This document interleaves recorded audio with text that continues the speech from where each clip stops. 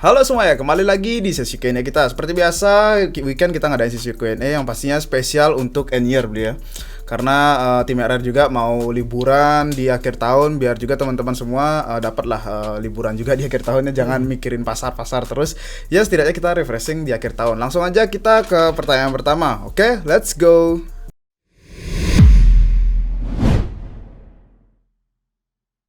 Oke, pertanyaan pertama. Seberapa kuat pengaruh isu negatif ekonomi di 2023 ke kripto beli? Di David atau beli Yudi? Dari dunia saham oke, dunia saham oke. Kalau isu negatif ekonomi ke 2023 di kripto ya, pasti pengaruh juga ya. Pengaruhnya, tapi kita nggak bisa tahu ya apakah negatif bakalan di ekonomi di 2023, apakah positif. Yang pastinya kita udah buat konten juga beli. Di minggu depan dan juga di minggu ini kita udah buat konten recap. Untuk di minggu depan tuh kita udah ada konten tentang hal-hal yang perlu diperhatikan teman-teman ya, yang mungkin bisa saja terjadi di 2023 dan kemungkinan bisa terjadi.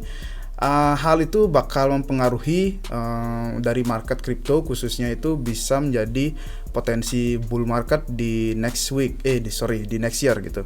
Jadi mungkin teman-teman bisa nantikan video konten itu bakal aku rekap jadi 2 part ya, karena lumayan panjang dan itu judulnya berupa katalis kripto. Nah, kalau David gimana nih dari isu ekonomi? Ya, ingat lagi sama tahun lalu ya. Tahun lalu sama kan, kita di akhir itu udah pertama kali bikin beberapa konten video yang kalian mungkin udah lama di Republik Rupiah masih ingat, tapi kalau misalkan baru masuk juga nggak apa-apa. Kita sempat bikin banyaknya argumen orang-orang yang berbeda. Orang-orang pas akhir tahun biasa kan, karena ya udah penutupan terus pembukaan yang baru, dan kalau di dunia bisnis juga ada yang namanya pembukuan untuk penutupan juga, dan makanya jadi pengaruh sama beberapa orang yang akhirnya bakal ngeluarin duit atau enggak untuk masuk ke aset tertentu gitu. Dan kalau kita ngelihat yang tahun lalu sama argumennya, ada yang bilang wah tahun 2022 itu bakalan bullish gitu kan, kita bakalan merasakan fireworks, istilahnya kayak ledakan kembang api yang seolah-olah kayak harga itu ya udah terbang melambung tinggi sekali. Tapi ada juga yang argumen tahun 2022 palingan juga masih tetap bakal lanjut koreksi atau mungkin malah sideways. Jadi di tahun ini pun sama, kita menemukan 2 argumen itu. Untuk akhir tahun 2022 ini banyak argumen yang masuk 2 kategori itu sama. 2023 resesi, kita bakal jatuh, harga aset semuanya koreksi dalam, peluang bagus untuk serok. Tapi ada juga beberapa kelompok yang bilang justru 2022 udah brutal, 2023 waktunya kita pulih. Jadi kita bakal ngelihat argumen mereka yang bilang nanti Fed bakal pivot, terus orang-orang bakal masukin duit lagi, dan aset-aset akan terbang tinggi. Dan sama seperti yang terbukti dari tahun sebelumnya, bener-bener prediksi orang tuh banyak yang salahnya gitu kan. Tapi kalau misalkan kita ngeliat dari tahun 2022 ini, ada banyak pelajaran bagus banget yang udah dibahas banyak sama video-video kita dalam beberapa minggu terakhir, terus sama dalam episode minggu-minggu terkini ini juga, yang intinya 2022 itu brutal. Dan seperti yang dibilang di awal, kita mau menghabiskan akhir tahun ini untuk istilahnya kayak ya sudah melepas penat gitu kan, karena kita udah ngeliat banyak banget kejatuhan, banyak banget kolaps. Tapi dari sana pun banyak pelajaran positifnya juga, banyak pelajaran positif tentang cara manage risiko, cara gimana kita bisa nyimpen duit dengan aman. Dan menurut saya nanti di tahun 2023 ini kita bisa jadi lebih positif dalam hal kepemilikan aset kripto dan cara investasi kita gara-gara pelajaran dari tahun ini. Jadi oke lah, mungkin kalau soal harga kita nggak bisa melihat pasti dengan jaminan bakal terbang atau melambung tinggi atau bullish atau Fed pivot atau segala hal-hal yang bikin porto kita jadi hijau royo-royo lagi. Tapi setidaknya pelajarannya bisa kita bawa ke tahun depan. Terus nanti di tahun depan jangan sampai ada terulang lagi. Jangan sampai kita mulai euforia berlebihan kalau misalkan ternyata ngepump, sampai ketularan kayak si Three Arrows Capital, ketularan Celsius, BlockFi, FTX, Terra, dan lain-lain, yang terus pas pumping malah arogan, merasa seolah-olah paling jago trading, si paling gitu kan. Terus sampai spekulasi berlebihan, duit kemana-mana, micin gak jelas, terus sampai porto kebanyakannya yang low cap rendah, terus sampai gak ada blue chipnya. Jangan sampai pelajaran itu semua terulang lagi, karena nanti yang sakit ya kita sendiri juga, karena kita yang ngelola portofolio, orang lain nggak mengelola porto kita. Jadi menurut saya terlepas dari ekonominya seperti apa, kalau kitanya udah siap secara individu dari cara manage risiko, gimana caranya bangun porto, dan belajarlah dari semua orang yang udah kolaps, yang sekarang lagi di penjara. SBF udah terbang ya, udah terbang ekstradisi ke Amerika Serikat. Terus si Caroline yang tadinya gantiin CEO-nya untuk Alameda juga udah mulai ngaku kalau ternyata memang sengaja menipu. Sampai lucunya di Alamedanya aja kalau masuk FTX ya, dia itu tradingnya bisa nggak kena likuidasi tau. Sengaja di coding di program biar akunnya dia nggak kena likuidasi, terus bisa dapat utang tidak terbatas unlimited dari customer. Parah banget. Terus yang ketiga itu sama dibilangnya kalau misalkan lagi rame transaksi, orderan mereka yang diprioritaskan. Kan nggak lucu kan, udah sampai nge-cheat gitu kan, kayak main GTA nge-cheat tapi tetap kalah gitu loh. Kayak ngakak banget sih. Makanya kita jangan sampai ketularan hal yang sama. Kita belajar dari kesalahan mereka, ya udah bawa itu ke 2023. Nggak peduli nanti harganya buruk atau enggak, kalau koreksi jadi peluang bagus karena kita udah belajar pengalaman bagusnya. Kalau misalkan ternyata ngepam, ya udah kita di posisinya udah mantap kan. Dan akhir tahun ini jangan terlalu dibawa pusing karena banyak orang juga pada libur. Banyak bisnis juga lagi pada ngambil waktunya, dan kita jangan berpikir bahwa ini harus selalu dibawa stres gitu kan. Udah enjoy aja, nikmatin libur kalian. 2022 brutal, kita semua ada ruginya, kita semua udah mengalami keserakahan orang. Jadi ya udah gitu aja sih menurut saya untuk ke ekonomi 2023. Semoga kita bisa belajar hal yang baik, dan semoga di video yang nanti kita post, ada 2 lagi minggu depan, bisa kasih bantuan perspektif juga. Iya, jadi aku menambahin dikit aja sih. Mungkin kita di komunitas kripto bukan melihat hal dari segi ekonomi makronya aja yang patut diperhatikan kan. Dengan pengalaman kita di 2022 ini malahan dari industri kita yang membuat hancur gitu, yang menyebabkan Black Swan kemarin-kemarin itu. Nah itu yang perlu diperhatikan juga, apakah Black Swan di tahun depan itu ada lagi apa enggak. Kalau ada ya pastinya biarpun makroekonomi berputar balik bagus, tapi dari industri kita yang menyebabkan kekacauan di dalam ya juga bisa marketnya makin down atau hanya sideways saja kayak gitu. Itu yang perlu diperhatikan untuk tahun depan juga. Oke, kita lanjut ke pertanyaan nomor 2. Pertanyaan nomor 2. Jika misalnya Binance collapse, apakah toko kripto juga ikut tumbang bro? Dari Zairon Afandi. Wah ini kemarin ya toko kripto udah diakuisisi ya sama Binance, full diakuisisi, dan juga ada perombakan karyawan besar-besaran mungkin di sana juga ya karena akuisisi Binance. Kalau dilihat dari collapse-nya Binance, ngefek nggak ke toko kripto kalau setelah diakuisisi beli?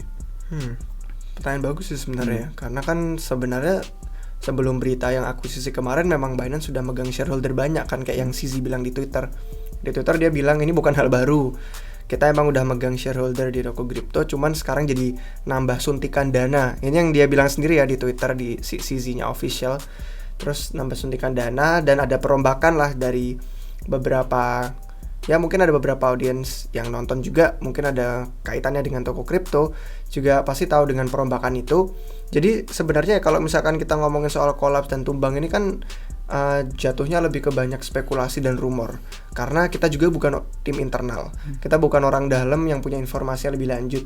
Dan kalau terkait hal-hal ini itu menurut saya lebih bijak itu untuk ngobrol langsung dengan pihak terkait, karena mereka yang tahu. Dan kalau misalkan kita merasa khawatir sebagai nasabah atau sebagai customer, berarti kita cuma perlu memastikan aja bahwa hak kita terpenuhi, dan kalau enggak kita selalu komunikasi sama pihak-pihak terkait itu, entah itu lewat email, lewat CS support, atau yang lain-lainnya. Kan kebetulan itu yang ditawarin sama Central Exchange kan, mereka punya saluran komunikasi di mana kita bisa ngobrol, dan kalau ada concern tertentu kita bisa bagiin sama mereka.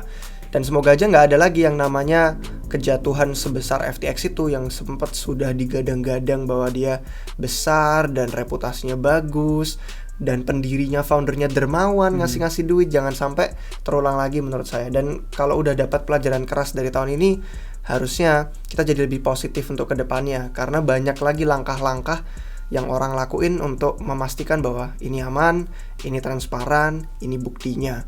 Jangan sampai kita mengulangi percaya aja sama kita. Kita harus ngasih bukti, ngasih transparansi. Dan kalau mereka melakukan itu, ya bagus lah. Dan kami berharap semua yang terbaik sih untuk industri ini. Mau exchange apapun itu, centralized atau decentralized. Karena faktanya juga kalau kita mau pegang di dompet sendiri, mau masuk DeFi, kita butuh jalur fiat. kita butuh yang namanya rupiah kita atau dolar kita untuk bisa ganti ke kripto. Tanpa jalur fiat on-ramp, kita nggak bisa tuh yang namanya terima gaji terus jadi dapat karena kita kan nggak digaji dalam kripto, kecuali memang digaji dalam kripto. Kalau nggak, kita butuh, itu pun untuk kebutuhan sehari-hari kita perlu keluar lagi kan ke rupiah lagi, entah untuk ke pedagang-pedagang apalah, martabak atau segala macam. Jadi menurut saya sih memang secara jangka panjang kalau punya duit banyak lebih aman di dompet pribadi. Cuman kalau misalkan kita butuh jalur keluar untuk fiat, pakailah centralized exchange yang mudah, dan pastikan aja itu memang untuk jalur masuk dan keluar, bukan kayak tabungan hidup semua untuk jangka panjang dipertaruhkan di sana. Gitu sih kurang lebih kalau dari saya. Oke, kalau kita menggunakan centralized exchange itu emang lebih dominan, lebih mudah teman-teman ya. Nah, kalau kita mau pengen beralih ke DEX yang dominan lebih aman, itu biasanya kita banyak banget nih mengenal DEX. Ada Uniswap, ada SushiSwap, itu banyak banget. Dan kita biasanya bingung, kita mau pakai yang mana. Dan kita biasanya compare manual itu capek teman-teman ya. Kita compare manual, ada 50 DEX itu misalnya kita compare manual yang mana paling murah, itu kita biasanya capek. Nah, di sini tuh kebetulan RR lagi kerjasama partnership official dengan Crystal Apps. Nah, jadi di Crystal Apps itu udah ada namanya DEX Aggregator System. Jadi di Crystal Apps itu udah menyediakan 50 DEX ya yang udah integrasi dengan Crystal Apps. Dia itu udah menentukan mana yang paling the best pada saat teman-teman mau swap aset teman-teman. Nah, jadi di sana memudahkan teman-teman dari fitur swap udah ditentukan mana yang paling murah fee-nya dan lain-lain juga.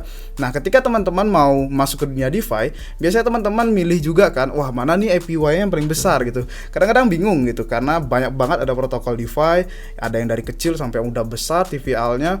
Nah, yang mana nih yang menawarkan APY yang paling besar? Jadi di Crystal Apps sudah include juga, dia udah mengcompare dari beberapa DeFi protokol, udah ditaruh di sana seperti AAV yang besar-besar juga, itu udah ditampilkan dengan bunga APY-nya. Nah, jadi teman-teman sangat mudah banget kalau mau menggunakan Crystal Apps. Gimana, Bli? Iya, betul. Kalau nanti kalian buka di aplikasi itu ada tulisannya Smart Swap. Nah, itu istilah untuk teknologi yang mereka pakai. Dimana dari semua integrasi tadi 50 DEX, itu namanya Smart Swap. Dia kayak membandingkan biar kita tahu yang mana yang lebih baik untuk kita, mana yang lebih murah, mana yang paling enak lah untuk tuker aset token dari berbagai blockchain yang berbeda. Karena kalian pun bisa pilih itu, mau di blockchain Ethereum, mau di blockchain Polygon, BNB Chain, semua ada pilihannya sekitar 10 lebih blockchain berbeda. Bahkan layer 2 kayak Arbitrum Optimism pun ada. Dan dari fitur Smart Swap ini kalian jadi tahu mana yang likuiditasnya lebih mantap, lebih dalam, terus jadi kalian bisa kemampuan untuk ngorder pesanan yang besar pun juga bisa. Intinya guys, kalau kalian mau coba nih swapping aset di Crystal gitu kan, kalian langsung aja pakai dengan download aplikasinya. Kami bisa kasih linknya di bawah video ini di bagian deskripsi untuk kalian download, terus langsung kalian sign in di sana dengan alamat dompet yang udah kalian punya. Misalkan udah pernah punya di MetaMask, kalian bisa masukin private key yang sama di situ atau seed phrase di situ. Tapi kalau misalkan belum punya, kalian bisa bikin dompet baru juga ada. Kami udah ngasih tutorialnya di Twitter dalam bentuk thread, itu ada salah satu tutorial bikin dompet di Crystal juga ada. Intinya guys, kalau mau belajar lebih lanjut silahkan langsung aja cek deskripsinya sekarang. Untuk pertanyaan nomor 3, tolong jelasin kondisi desentralisasi Ethereum Mint dari Roy Ani Rahman. Waduh, ini kemarin udah dibuatin konten khusus juga ya untuk update Ethereum. Dan sering banget kita juga ngelihat tentang perdebatan desentralisasi di Ethereum ya. Yang mana kalau kita belum deep dive banget itu kelihatannya centralized gitu kan dengan semenjak upgrade-nya di The Merge ini. Nah, Bli, langsung jelasin deh nih. Ya, boleh. Jadi kalau beberapa dari kalian yang nonton mungkin udah gabung sama grup Telegram kita, mungkin udah sempat ngelihat percakapannya. Kalau nggak salah kemarin ya, atau 2 hari lalu, ada percakapan tentang Ethereum tuh decentralized seperti apa. Dan memang kalau misalkan kita sudah lama di dunia kripto, kita pasti udah ngeliat banyak tulisan, banyak artikel yang berusaha mendefinisikan desentralisasi, entah dari segi komputernya, dari segi geografinya, dari segi komunitas sosialnya. Itu semua kan jadi topik-topik yang berbeda tentang desentralisasi. Dan memang nggak ada satu penjelasan khusus yang bisa bilang desentralisasi itu hitam dan putih. Sekarang kita udah tahu itu memang merupakan spektrum gitu kan. Ada yang lebih desentral, ada yang kurang desentral. Intinya kayak sebuah level lah gitu kan. Bukan yang namanya ya atau tidak, hitam dan putih. Nah, kalau misalkan kita ngelihat spektrum ini, ada salah satu website bagus yang namanya Project Sunshine untuk Ethereum. Kalau kalian buka di Project Sunshine, yang websitenya ini ethsunshine.com, kalian bisa lihat dashboardnya lengkap ya tentang pengukuran nih seberapa desentral Ethereum. Mungkin kalian langsung ngeliat nih angkanya, langsung kayak waduh cuman 58% nih gitu kan, nggak deket sama 100% sama sekali. Gimana dong, berarti Ethereum terpusat. Nah yang perlu kalian tahu adalah ini standarnya Ethereum tuh bener-bener dipasang tinggi banget. Mereka pasang kultur yang bener-bener sangat desentral dari semua segi. Dari segi kayak apa, perbedaan klien ini software untuk yang belum tahu. Terus perbedaan geolokasi. Jadi kayak percuma aja ada komputer yang berbeda tapi cuman di Amerika Serikat misalkan, atau di satu negara bagian. Misalkan tiba-tiba satu kota atau mati listrik, udah mati semua kan. Jadi geolokasi juga penting. Terus staking pool juga ada beda-bedanya. Karena kan sekarang ada banyak banget staking pool, Lido, Rocket Pool dan lain-lain. Kalau misalkan Lidonya pas lagi maintenance atau jatuh kan kita juga nggak tahu kan nasibnya. Makanya kalau kita lihat 58% itu justru nggak rendah, justru itu tinggi karena di angka 58 ini aja dia udah jauh lebih tinggi daripada jaringan-jaringan blockchain lain yang jadi kompetitornya Ethereum. Jadi saya nggak perlu bicara lebih banyak lagi, kalian bisa explore sendiri di websitenya ini untuk eatsunshine.com. Terus sama ada website lain yang bisa kalian buka itu stakefromhome.com. Ini cuma nunjukin aja betapa banyaknya orang-orang yang pada staking dari rumah, yang jadi validator, jadi full node. Nanti kalian bisa lihat foto-fotonya segala macam tuh berbeda di dua website ini kalau mau ngelacak desentralisasi Ethereum. Kurang lebih itu sih. Kalau misalkan ada video episode yang lain, 2 minggu lalu kita udah bikin tentang update Ethereum berikutnya ke tahun 2023. Oke, langsung aja kita lanjut ke pertanyaan selanjutnya. Oke, pertanyaan selanjutnya. Min, bahas sedikit tentang Toncoin yang infonya project dari Telegram. Akhir-akhir ini cukup bullish. Dari Zul Workout. Oke. Kemarin komunitas kita rame banget yang bahas ini Ya, di Telegram itu, wah, ramai banget. Karena akhir-akhir ini yang aku baca-baca sih, aku belum pernah riset. Di Raffi gimana? Udah sempat riset? Belum sempat sih, sama sekali nggak dengar selain yang ada di Telegram. Bahkan kadang Telegram pun cuman kayak baca sekilas, jadi kayak oh oke, Toncoin gitu. Cuman kayak dari dulu udah ada ya. Dari tahun lalu tuh orang-orang iniin Toncoin udah ada promosinya. Saya ngikut beberapa grup Telegram udah ada promosinya Toncoin sebelum launching juga. Cuman kurang tahu sih itu apa. Ya sih, kalau dilihat-lihat sih untuk beli private number gitu ya dari Telegram. Jadi tadi ada juga yang nge-share kan tentang ada yang selling apa tuh private number Telegram itu karena nomornya cantik gitu kan. Jadi bisa dijual lebih mahal gitu. Tadi yang ada sampai miliaran gitu terjual. Nah, itu pakai belinya Toncoin gitu ya. Tapi dari kami pun belum sempat riset lebih dalam tentang Toncoin biar nggak salah ulas nanti kan. Jadi gimana Uli? Ya kayaknya itu aja sih, nggak banyak lain. Mungkin kalau misalkan mau gabung ke Telegram, kalian bisa gabung ke grup Telegram kami, namanya Komunitas Republik Rupiah. Itu pokoknya anggotanya masih kecil, baru 300-400an karena baru kita buka. Tadinya udah ada 10 ribuan yang pengumuman, terus kita baru buka untuk yang bisa ngobrol. Gabung aja, di situ ada beberapa orang yang ngasih informasi tentang Toncoin, ngasih informasi tentang Telegram. Tetap aja jangan langsung dipercaya apapun informasinya. Kita tetap jadikan itu sebagai sumber pembelajaran, terus kita dior sendiri, riset sendiri. Mungkin kalau butuh bantuan kami bisa komen di bawah. Siapa tahu nanti bisa kita riset lebih lanjut kalau ternyata legit dan menarik. Ya, siapa tahu kita bisa buatkan konten khususnya buat Toncoin. Oke, langsung aja kita ke pertanyaan selanjutnya. Oke, pertanyaan selanjutnya. Apakah koin yang terjun sekarang bisa kembali ATH pasca halving? Dari Yumi Nusarini. Oke. Mungkin beberapa ya. Maksudnya nggak semua kembali ke ATH lagi. Mungkin kita bisa lihat dari historical yang dulu-dulu David ya, di 2017 gimana tuh Bli? Ya, kalau di 2017 banyak yang udah tersapu bersih. Banyak yang kayak tadinya juga sebelum Ethereum di nomor 2 juga ada XRP di nomor 2 gitu kan, di bawahnya BTC. Makanya sampai sekarang juga ada banyak yang loyal karena sempat ngelihat XRP di nomor 2 dan pikir bisa balik lagi. Jadi kalau kita lihat banyak yang udah gak relevan, banyak yang kayak fork-forknya Bitcoin tadinya di peringkat top 10, top 5 itu juga pada hilang. Kayak Litecoin juga tadinya ada di atas-atas sana, terus sekarang udah di bawah. Dan kalau layer 1 yang tadinya mau nge-kill Ethereum, Neo, EOS, dan kawan-kawan juga udah pada hilang. Jadi memang yang kalau kita mau lihat bisa balik ke ATH itu cuman sedikit gitu kan. Kayak XRP aja udah 4 tahunan, udah hampir mau 5 tahun sebelum balik ke ATH. Dan beberapa proyek lain juga sama. Itu pun akan berlaku di bull run berikutnya. Misalkan nanti ada halving sekalipun gitu kan, Bitcoin bantu untuk ngepump, ditambah sama adopsi Ethereum makin besar, terus altcoins kecil pada ikutan keseret, itu pun nggak menjamin semuanya bisa balik ke ATH. Karena sebenarnya ya, adopsi tahun 2022 ini dan tahun 2021 kemarin itu jauh lebih besar daripada siklus sebelumnya. Dan biasanya di setiap adopsi gede kayak gitu, ada banyak orang yang euforia. Kayak gembiranya tuh terlalu berlebihan, dan spekulasi terlalu berlebihan, dan kebanyakan utang. Kayak yang kita lihat sekarang banyak yang boncos kan. Hedge fund, perusahaan pada bangkrut, pada boncos, terus sampai ada yang udah jadi kriminal, ada yang udah masuk penjara. Itu semua karena mereka terlalu berlebihan risikonya. Dan siapa tahu kemarin tuh ATH yang pada tinggi-tinggi itu cuman gara-gara utang banyak, pom-poman, FOMO, akhirnya mereka bisa nyentuh itu.